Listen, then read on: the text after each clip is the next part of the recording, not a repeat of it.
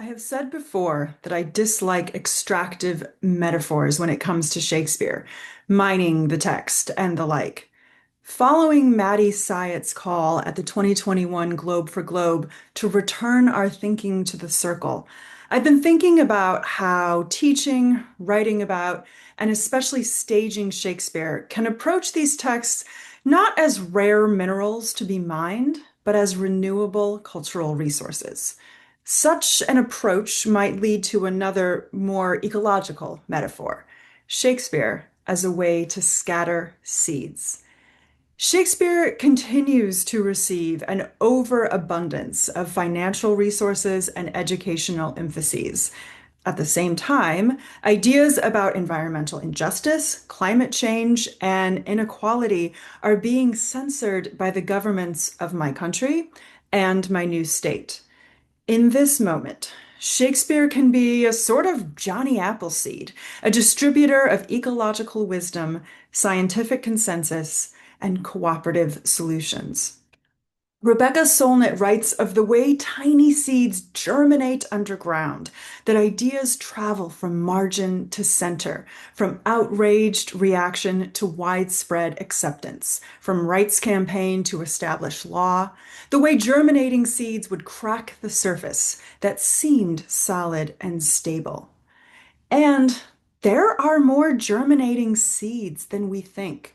A 2024 Oxford study reveals that at least 80% of the world's people want stronger climate action. This 80% think they are in the minority, but they are overwhelmingly in the majority. As people who care about the vulnerable, who care about our planet's present and future, we need to scatter more seeds while also just giving water and sunlight to the hopes and dreams that most humans already have planted inside them. We need to see that we are part of an ecosystem of concern and creativity that's threatened by bulldozers operated by a very small minority. This conference provides over 50 strategies of how Shakespeare can speak to environmental injustice, can scatter and nurture those seeds of compassion. For the last 8 years, I have done just that via collaboration with students, community members, and employees of Yosemite National Park. Co-founded by me and Paul Prescott in 2017, Shakespeare in Yosemite brings free, highly adapted Shakespeare to the heart of the park for Earth Day. In 8 years of Shakespeare in Yosemite, my collaborators and I have both listened to audience feedback and responded to the increasing urgency of the climate crises by making our adaptations bolder and bolder. This means adding extra Shakespearean elements that tell our ecological stories. It means excising text that doesn't suit the time and place of production. To our mind, we have a larger obligation to the 21st century than the 16th. We would rather care for and inspire our audience members than wow them with Shakespeare's complex language. So the question for my Yosemite Shakes teams hasn't been, how do we mine Shakespeare's text for the gems buried therein? It's more like, how can this play be used to propagate, disperse, and fertilize ideas about a particular ecological issue? In this way, we've made theater that is rooted from the start in a very defined time and place, a specific culture and ecosystem, a particular oikos, or home. In telling a particular ecological story by means of a globally known writer, the globally known writer, we hope to point to both the local issues on which one can take action and the persistence of similar issues around the planet. By its nature, local adaptations of the global behemoth that is Shakespeare invites audiences to think both locally and globally, and ideally to act for both home and planet too. So, for example, our 2018 Midsummer Night's Dream highlighted the problem of improper trash disposal in the park, from water bottles to climbing ropes, while also commenting more generally on overconsumption and its dangerous effects on plant and animal species everywhere.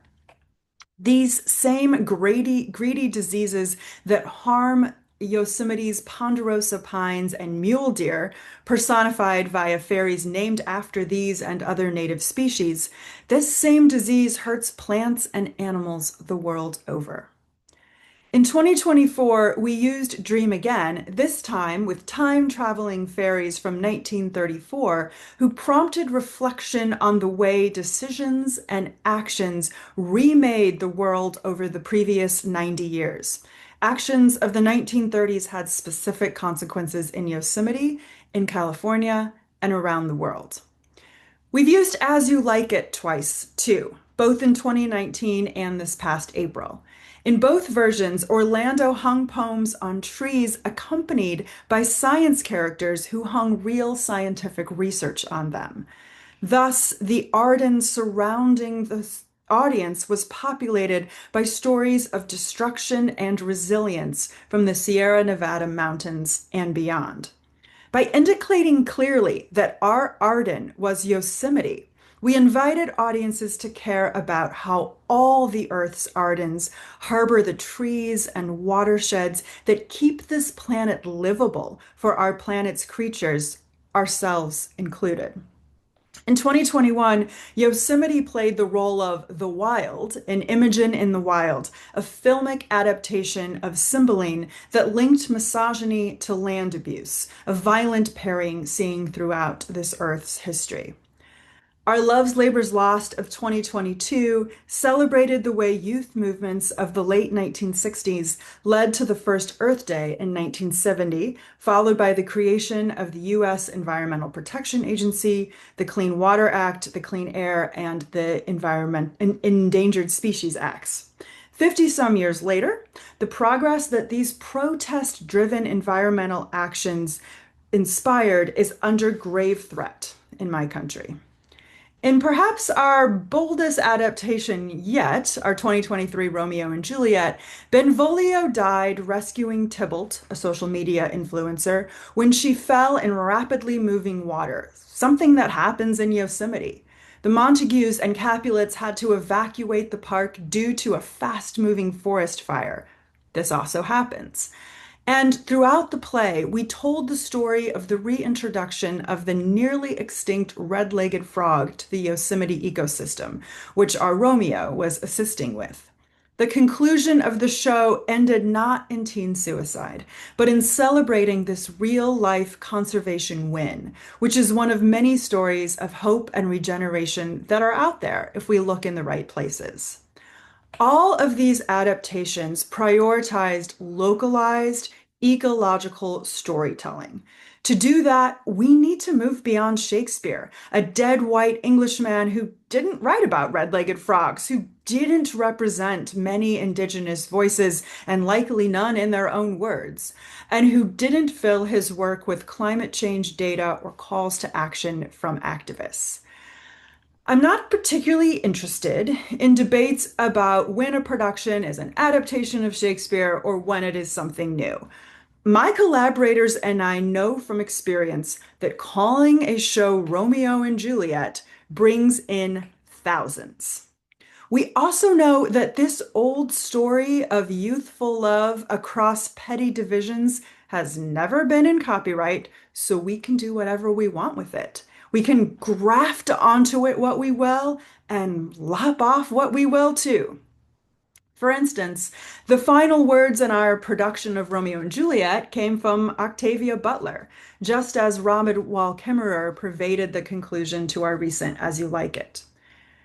Aware of the dark histories of dispossession of land on which we perform, of the thousands of years of land and water stewardship by the Sierra's many tribes, we have worked with a Southern Sierra Miwok member to incorporate Miwok words in our first dream. We cast a Southern Sierra Miwok actor in our film, and we have frequently identified and articulated Indigenous ways of knowing and living in balance in our shows. It's impossible to tell the stories of environmental injustice without the voices of those who are on the front lines, generations of Indigenous people, scientists, activists, park rangers, people of color, and people living in poverty. Too many people are ignoring those very voices, especially when they're explicitly identified. But some of those people will listen to Shakespeare. So, Shakespeare alone doesn't give ecological theater makers everything they need to represent the complexities of today's environmental issues. His works alone do not regrow our forests, but with open-hearted listening to today's frontline voices and some creativity on our parts, they can plant the seeds.